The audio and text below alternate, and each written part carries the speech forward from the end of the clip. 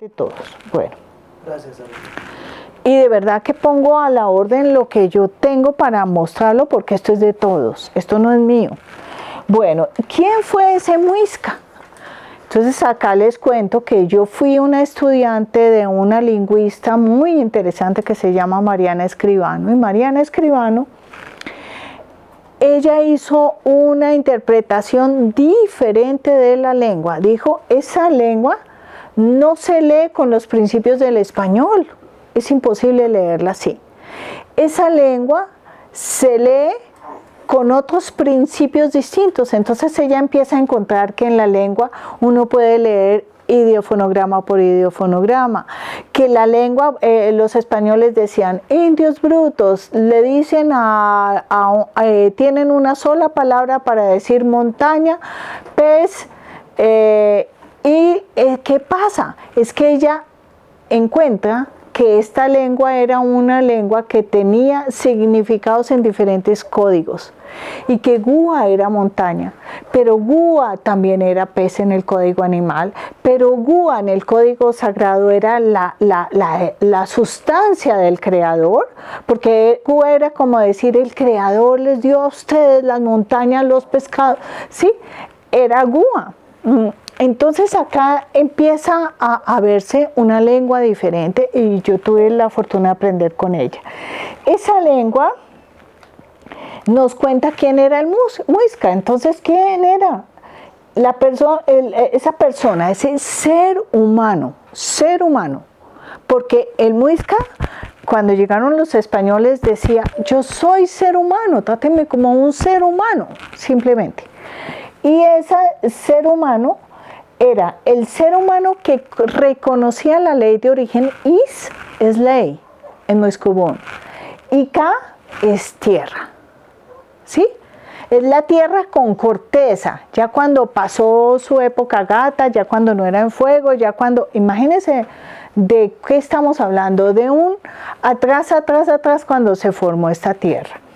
Entonces, ¿qué nos puede decir? Que este era el ser humano que evolucionó en cumplimiento de la ley de origen y que llevó a la tierra. ¿Qué pasa? Ese ser humano, y quedó relatado, tenía el conocimiento de que una fuerza creadora era el que lo había puesto acá en la tierra. ¿Y qué era la fuerza creadora? Era Chiminigagua. A diferencia del español, que cuando hablaba de Dios presentaba a un viejito con una barba larga, ¿sí? Los indígenas sabían que era una ley y que tenía las fuerzas y era la espiral. Por eso nosotros encontramos en las figuras del oro montones de espirales. En las piedras algunas espirales, no tantas. En la cerámica espirales. Entonces encontramos espirales en todo, así como se encuentra la espiral en la creación. Esa era la fuerza y eran las fuerzas que movían el universo y siguen moviendo el universo. Hay algunas teorías, pero a mí me encanta mencionar esto porque esto lo hizo un colombiano y porque fuera de eso nosotros tenemos que aprender a creer en todo lo nuestro. Un colombiano dijo que fue un genetista de apellido Yunis. Yunis hizo una investigación con los chicos de la Universidad Nacional y encontró que miren toda la región donde primaba la genética, él la llamaba Chibcha.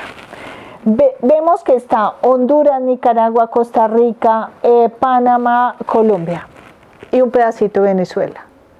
Entonces el Muisca no era de acá, el Muisca era algo mayor, mucho mayor, ¿sí?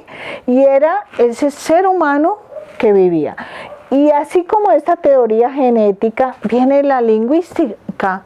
La lingüística habla de, miren, la similitud de las teorías lingüísticas. La Muiscubún, llamada en ese entonces la familia lingüística chibcha o chibchoide, coge Honduras, Nicaragua, Colombia, un pedacito de Venezuela y se va un poquito más hacia el sur, ¿sí?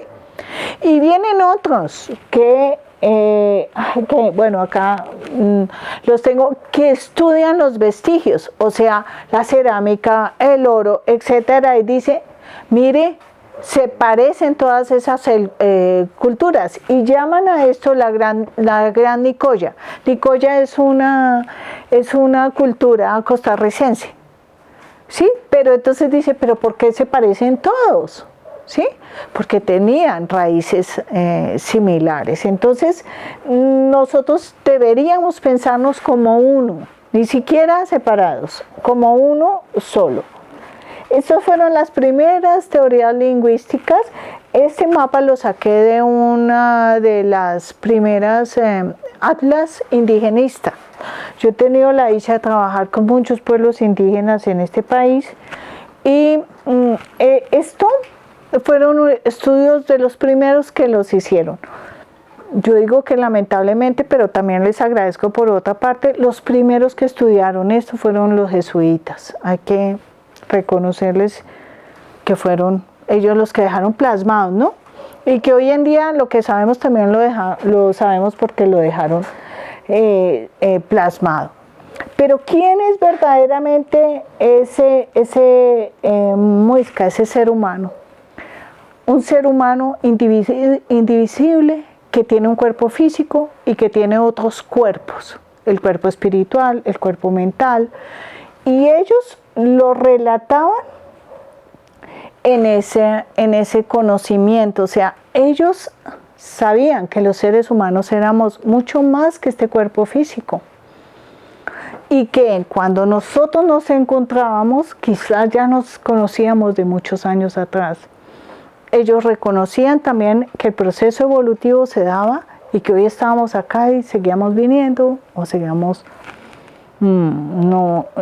seguíamos en esos procesos de encarnación. ¿Cómo nos dejaron la palabra Muiscubún? No la dejaron. En la toponimia, por ejemplo, el camino de Gone. Hoy en día Gone sigue sonando, ¿sí? Y hoy en día ya podemos reconocer qué significa. Ahora les voy a decir qué significa Canavita. A mí Canavita me emociona. Bueno, el código geométrico quedó en los petroglíficos y la toponimia, los apellidos. Entonces, acá siguen en el territorio sonando más unos apellidos que otros. Y uno todo eso le puede hacer lectura, porque el nombre era la misión de la persona acá en la tierra. ¿Sí? Por eso les estaba contando ahora qué significa mi nombre, porque yo me llamo Sarita, ¿sí? Y no me llamo Sara, por ejemplo, ¿sí? Entonces es así como empieza a jugar las cosas. ¿Qué tiene la toponimia de Tocancipá? Pues es que quiero decirles que los muiscas eran unos avesados astrónomos. Ellos observaban. ¿Ustedes saben cómo observaban el cielo? ¿Alguien les ha enseñado? De pronto acá ustedes lo saben y no saben que lo saben, los espejos de agua. Entonces, ustedes han ido a las minas de Nemocón, ¿sí? ¿Sí? Chicos. Cuando chicos. Entonces, ¿qué pasa? Esa agua está salada. Y cuando uno ve, es un espejo completo. Entonces, ¿qué hacían los muiscas? Llenaban los lugares o en lugares amplios o cuando estaba despejado, le echaban al agua sal. Y la sal, ¿por qué era tan importante? ¿Saben cómo se dice sal en Muiscubún? La nigua. Si yo les leo rapidito así nigua, quiere decir la sustancia del creador hecha destino. Eso quiere decir. Entonces, ellos, en donde fuera, o sea, por ejemplo, en el Majuy hay un sitio donde están todas las hoyedades de las piedras y ahí cae agua y uno puede mirar el cielo. Y ustedes acá, pues imagínense. Y en Canavita yo no me imagino ese cielo por la noche, eso debe ser fenomenal. Entonces, ¿qué pasa? Esa toponimia está unida, en el caso de Tocancipá, que está unida con el cielo, ¿sí? Ahora les cuento exactamente. Los muiscas conocían que la ubicación geográfica se hace por una cruz, ¿sí? ¿Por qué se hace por una cruz la ubicación geográfica?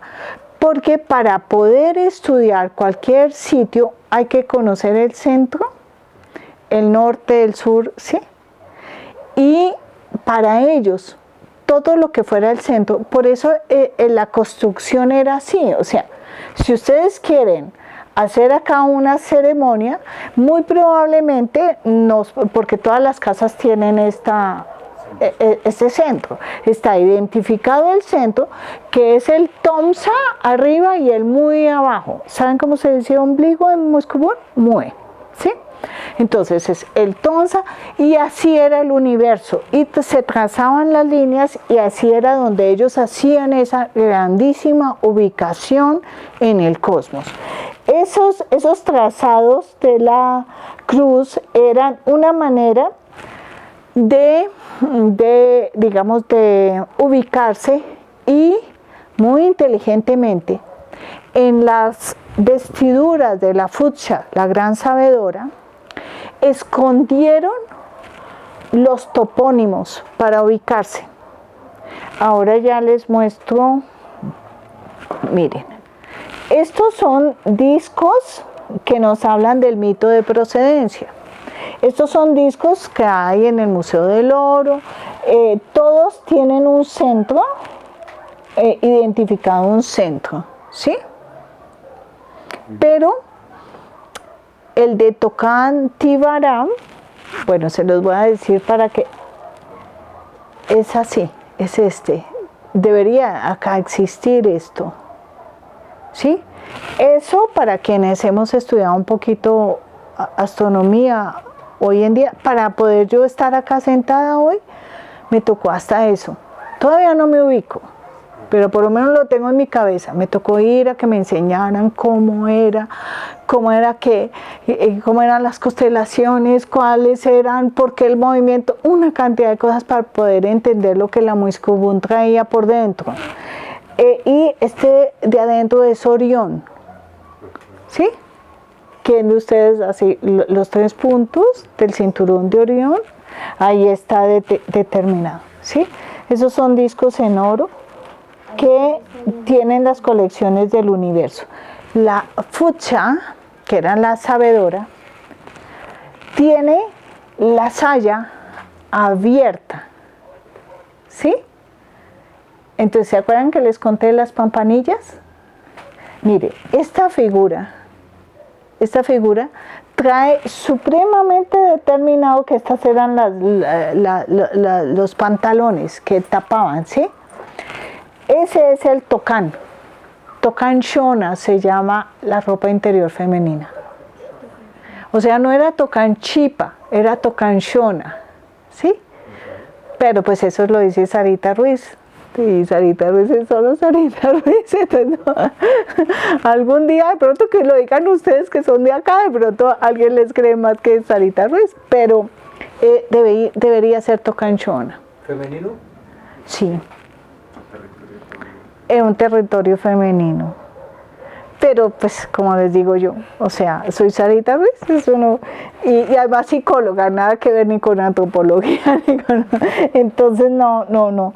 Pero, ¿qué les digo yo? Que esta ubicación de Tocan Shona o de Tocan Shipa es una ubicación extraordinaria porque se está mostrando ese grandísimo interior. Ese interior es como si yo tuviera acá mi falda, esta fuera mi falda, y esto, y así estudian el universo, es el mapa estelar. Entonces yo acá elegí el mapa estelar con todas las constelaciones, y cuál es la constelación en total correspondencia con Tocan Shipa. Mi nena, ¿dónde estabas? Bueno, entonces, mira, esto es lo poco que quedó de la importancia de la mujer. Lo pintaron en la iglesia de Sutatausa, ¿sí? Era la casica, pero era una manera de, sí, le pusieron hasta ropa papal y todo para esconder lo que significaba para ellos, pero era la predominancia de la mujer. Parece una virgen.